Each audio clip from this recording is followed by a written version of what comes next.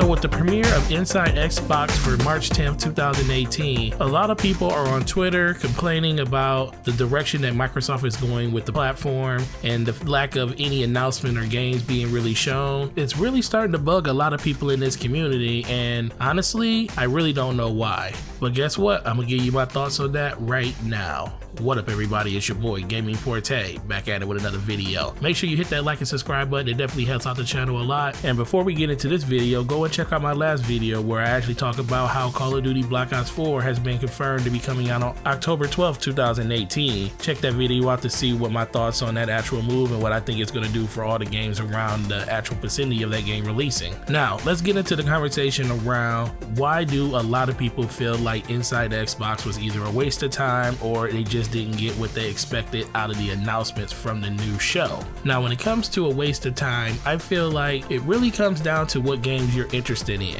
Now, when I first heard that Microsoft was doing this, the first thing I thought about is this may be a Nintendo Direct style type of presentation. And you know what? That would be great because in those Nintendo Directs, you get a lot of good information about games that are coming out, but you also get a lot of good information about new release games that haven't been announced yet that are coming to the platform. So Nintendo does a really good job of actually balancing the way that they give out their information about games and services that they're doing, and that's what Nintendo Direct is really good for. Plus, that's the only way that Nintendo actually gives out that information. They don't really have any other means like E3 where they actually do that, because even at E3 they do it in a Nintendo style Direct presentation, and that's one of the main reasons I feel like a lot of people are upset, because they were expecting Nintendo style Direct presentation from Microsoft, and that really wasn't going to happen. I just believe Microsoft isn't the type of company that's going to come out and announce new games and new things coming to the platform without a lot of fanfare. And like I said earlier, that's something that Nintendo has literally branded in their community over time, to know that when a Nintendo Direct comes out, you can pretty much get anything from it. You don't have to wait for an E3 announcement to know exactly what's coming out. So that's really my thought on why I think people are upset and felt like it was a waste of time, just because they went into it with expectations that they shouldn't have had in the first place. I didn't even watch the live broadcast of this until I actually got home. Normally, if it's something like E3, if I can't be at home, I'm actually watching that instantly on my phone, because I know that's something that a lot of people are gonna be interested in, and I know I'm gonna get a lot of good information from that about stuff that I don't know already. When this video podcast was announced, I knew it was going to be based around things that were coming out during that month that they could actually talk about and give everybody in the community that's interested in those games. Like the ones they were talking about in this one was PUBG, they were talking about Far Cry, and they were also talking about Sea of Thieves. If you are into those games, you got a really good deep dive into what Microsoft is doing around those games for the month of March. And guess what? When May comes out, you're going to get a lot of information about State of Decay 2, because that's going to be another game that they're going to focus a lot on for the month of May. Now, when it gets closer and closer to E3, you're going to probably start getting a little bit more information about stuff at E3 that's coming out that they're going to tease on it, but you won't actually get concrete stuff probably on this show. You're not going to get that type of stuff until E3 or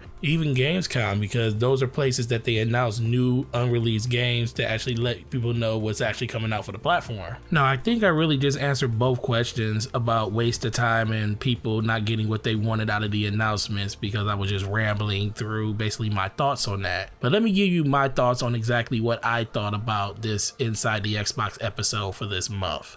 And the first thing I'm going to share with you is the fact, like I said earlier, I didn't even watch this when it was live. So that should let you know what my expectations of this was going into the presentation that they were going to show to us all. And when I got a chance to see it, I really wasn't disappointed. I was like, okay, this is going to be good for the people that actually want to play these games. Of all the games that's on this list, Sea of Thieves I'm definitely getting, because first of all, I have Game Pass, plus I already have it paid off. And I just believe that's going to be a cool game to just experience with your friends if you have them to play this game with. Also with PUBG, already have it, been playing that. I know a lot of people in this community has been playing it, so that was definitely something good to actually see on there. And then when they talked about Far Cry, I was super interested in that game because I want to see the Xbox One X enhancements. I'm definitely picking that game up day one because that's something I'm super interested in.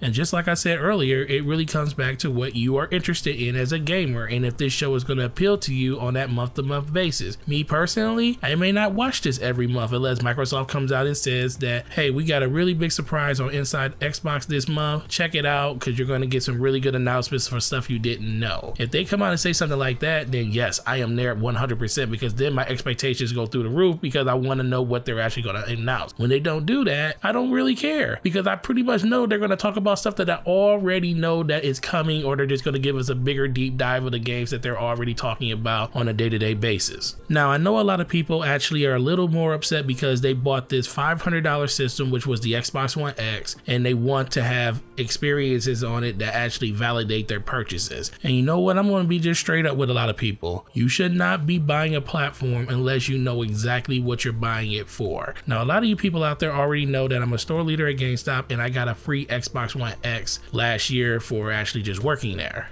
But what a lot of people don't know is I already had bought an Xbox One X during the launch day when it first released because they didn't send us our free one until December. You can actually check the tweet that I'm going to put on the screen right now. This is the day I actually got my Xbox One X from Microsoft, which was like almost a whole month later. And honestly, I wanted to take advantage of some of those games that were coming out and play them at a higher resolution and higher fidelity. Now, everybody knows that I'm a fan of Microsoft and Xbox. I wouldn't have went out and spent my own money for a system that I knew I was getting for free if I didn't want to actually support the platform. Being a gamer that actually spent his own money on this system, I do not feel one bit like I was gypped or anything like that because I didn't buy this system just for first party exclusives. I bought them to play the best third party multiplayer games that I can play on console. But guess what? The conversation won't stop there because a lot of people are going to ask me, well, why didn't you just buy a PC to upgrade to actually get the better multiplats on PC? That's the best place to play them. And I'm going to tell you this, I already have a PC that's really good. It's got a 3770K in it. It's got an EVGA hybrid 1080 in it. It's got 32 gigs of RAM. This PC is stacked. It's good enough for what I need to do. It's not the top of the line, but I can pretty much run all games at max settings and not really even have an issue with it. But the reason I play on my Xbox and the reason I prefer consoles is because the people I play with are more important than anything. I want the games and I want my friends to be there. And honestly, Xbox gives me the best of both worlds. It gives me really good versions of the games because it's the best place to play all of your multiplats at the highest fidelity and performance that you can get on a console. But guess what? If Microsoft doesn't give me the experiences that I want on my system and Sony does, I'm gonna go over there and play them on Sony's platform. If I can't get the experiences I want on Xbox, I will go somewhere else and get them. But that won't change the fact that I will still play all my multiplats on the Microsoft platform. Plus, I'm a huge Halo person. When Halo comes out, I will have that on the Xbox One. I mean, you can't get it anywhere else, honestly. So that's another reason to actually have the system that I want because I want the best version of that game. So like I said earlier, I do not regret spending money to have a system because I know what I wanted this system for in the first place. And the fact that Microsoft hasn't talked about any of the newer things that they're bringing out personally for first party platform doesn't bother me because I didn't go into this purchase of this system with that in mind. Now, would I want to get those experiences? Yes, everybody would want to get those experiences, but I can get those experiences somewhere else with a different platform if I actually wanted to. So guys, that's my opinion on everything I feel about Inside Xbox, how I feel about just fanboys in general talking about them not getting the value for their system. But if you take one thing away from this video, this should be it. Guys, from now on, just take your fanboy hat off or just think about other platforms in general. When you go out and buy a system, why are you actually buying that system? When I bought my PS4 and I barely play it,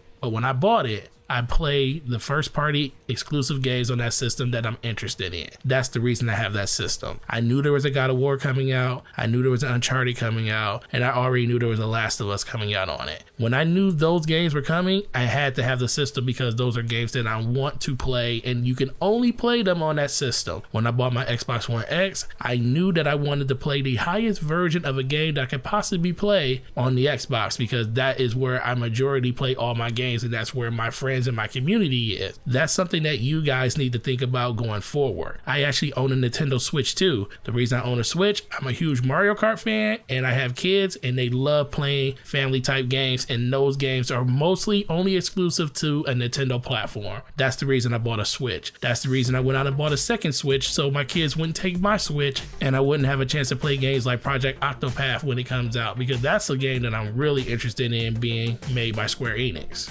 So guys, in closing, what do you think? How did you feel about the Inside Xbox episode? Did you feel like you got what you wanted out of it? Do you feel like it was something that you could just do without? Do you also feel like you are wasting your money on a system that isn't giving you the experiences that you want? I definitely want to hear that from you in the comment section. But like I always say, guys, thanks for watching this video. Sub to the channel if you haven't. Like this video if you like the content. It definitely helps out the channel a lot. Turn on those notifications. Gonna let you know the next time my videos go live. It's your boy Gaming Forte. You guys have a great week, and I'm gonna talk to you in the next video. Peace.